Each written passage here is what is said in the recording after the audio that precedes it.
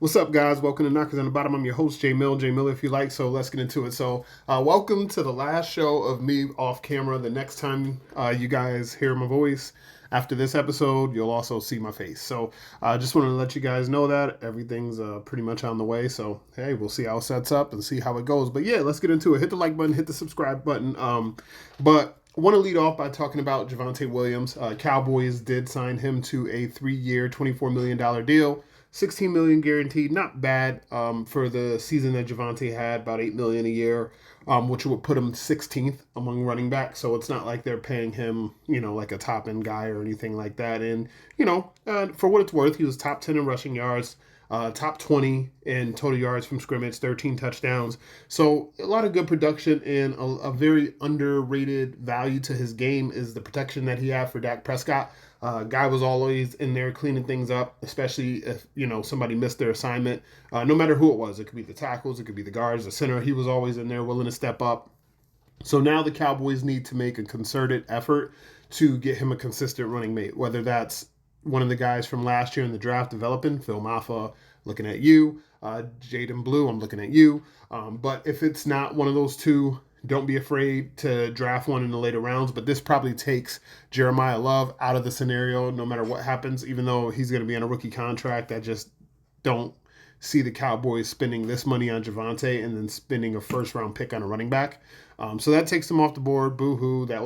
That's probably going to be my, when it comes time to rank the players, him and Arvell Reese are kind of battling it out for my top overall player.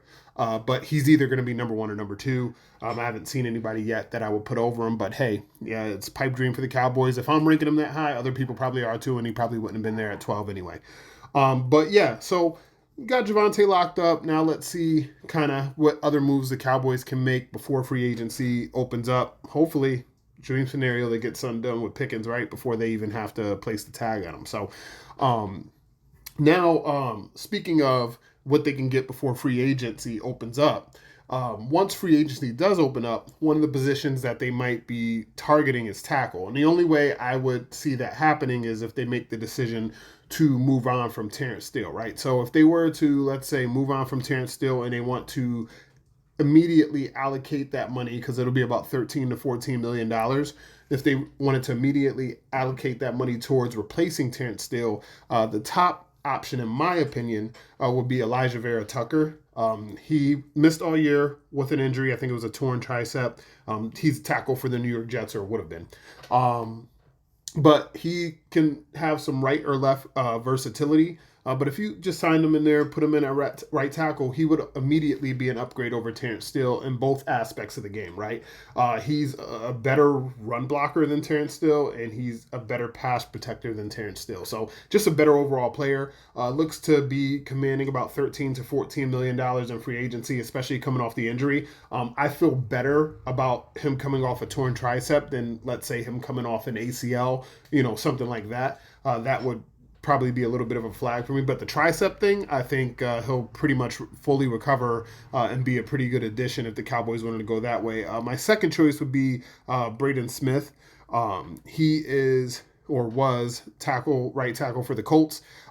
He is basically the inverse of Terrence Steele, right? He's a better pass protector, but he's a worse run player, right? Maybe you can make up for that with Booker being on his side. Maybe our coaches are a little bit better at getting more out of the offensive line in that particular way than, let's say, the Colts coaches are. But you can't guarantee that. The guy is what he's been, and that's pretty much, it is what it is. You know what I'm saying? And Pro Football Focus is not the end-all, be-all, but when it comes to offensive linemen, it's pretty straightforward to see, he got beat on that play versus he did not get beat on that play versus he made that backside cutoff block versus he missed that backside cutoff block. So it's not like when they're playing corner and they assign blame and you don't know what the coverages are. Offensive line is pretty straightforward.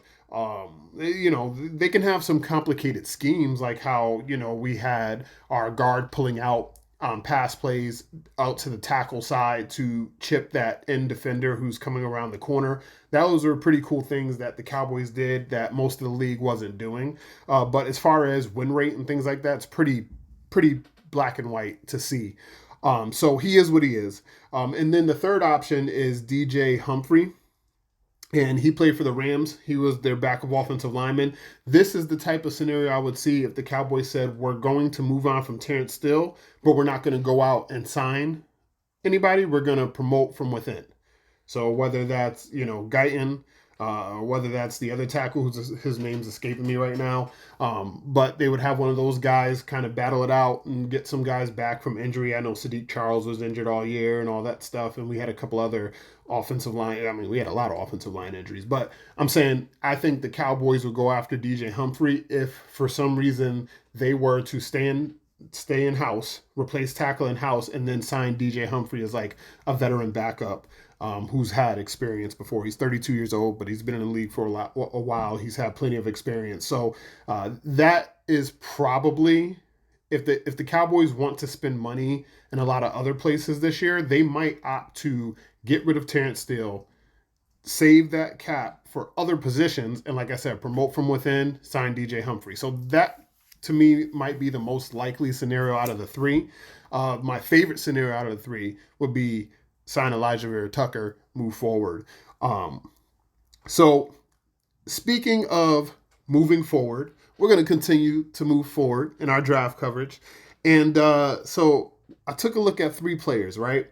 The first one was Romello Height, Texas Tech. Now, he was technically a linebacker, but I'm evaluating him as an edge because I think that's what he'll be at the next level. I think he is one of those guys to keep an eye on because of the Cowboys switching to the 3-4. He probably is more likely a person at 20 that I would look at.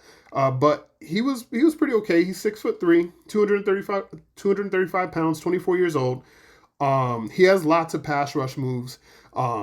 Sometimes he bends, sometimes he plays high, right? But I mean, the dude does have a pretty decent amount coming out of college. A lot of these guys sometimes rely on just power or just speed, and aren't really using hand fighting or aren't really using spin moves or aren't really using those slap down moves.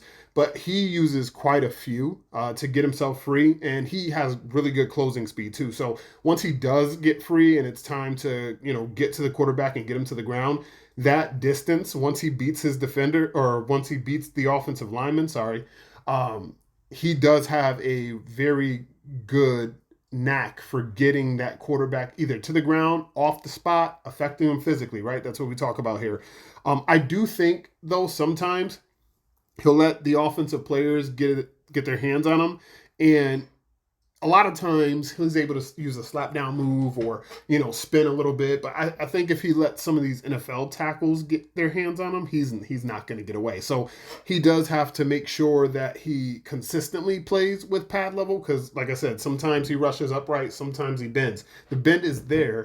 It just needs to be there a little bit more consistently. But as far as if the Cowboys were, let's say they got a corner at 12 or safety or, linebacker or whatever have you, I could see them, at 12. I could see them at 20, going for someone like this if he's still on the board.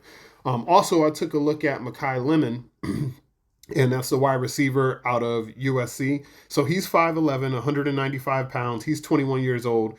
He looks fast enough. I don't know if he's like a speedster or anything like that, but he looks fast enough. He's got, good hands. One of the things I did notice is he was very good at stacking the DB. So when you get to the top of your route as a wide receiver, right, and you're trying to give the quarterback space to throw the football, what you want to do is you want to get behind the DB, even if you can't run away from him. If you can get behind him and kind of keep your shoulder between the DB and the ball so that when the ball comes in, the DB has to basically jump over your inside or your outside shoulder to kind of bat the ball down. That's what we want to do. We want to stack them that way. Sometimes you'll see receivers kind of use a little bit of a nudge when they get there. They'll take their hand and they'll put it there. They won't fully extend the arm, but they will give a little bit of a push just as the ball is coming just to create another foot of space to make the catch. That's what we call, stacking the DB. So basically getting on top of the DB, staying on top of the DB, and making sure that you get enough space between your body and the ball to give your quarterback a chance to throw you the ball in a place that you can catch it, and they still give yourself a chance to catch it while minimizing the risk of an interception. He's very, very good at that. He runs most of his slots, or most of his good work, I should say, is from the slot, which is to be expected at 5'11". But this is a scenario to me. If the Cowboys, let's say they didn't sign George Pickens and they were in the market for a receiver, you draft the young guy. But this guy is more like CeeDee Lamb than he is like George Pickens. George Pickens is a traditional X receiver, even though we've heard some rumblings that if he stays with the Cowboys, they're probably going to be doing a little bit more with moving him around next year, but we'll see that. We got to believe it when we see it. But George Pickens, traditional X receiver, lines up on the outside, and CeeDee Lamb is your chess piece, right? Sometimes he's in the slot right next to George. Sometimes he's in the slot on the other side of the field. Sometimes he's tight to the line of scrimmage like a tight end. Sometimes he's, off deep at the Y position, while George is at the X and they have somebody else, a tight end lined up in the slot, or Javonte motion in the slot, or maybe it's Kevontae Turpin.